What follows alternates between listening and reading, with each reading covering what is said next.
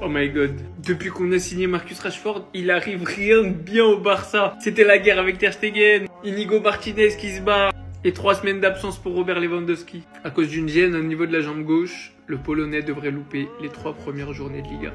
Il y a une époque où ça aurait pu faire très très mal.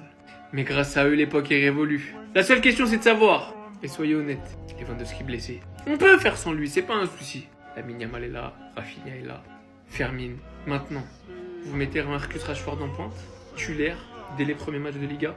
Vous mettez Ferran Torres en pointe, titulaire pour les premiers matchs de Liga, en sachant qu'il y avait une rumeur qui était sortie comme quoi, cette saison pour Hansi Flick, Ferran serait peut-être le titulaire, voire même devant Lewandowski. Ou après, bon, il y a un choix plus fantaisiste, c'est de partir sur Dani Olmo, faux neuf, vous connaissez déjà. Mais t'as Rashford, t'as Ferran, si tu mets Dani Olmo, pour moi, t'as rien compris.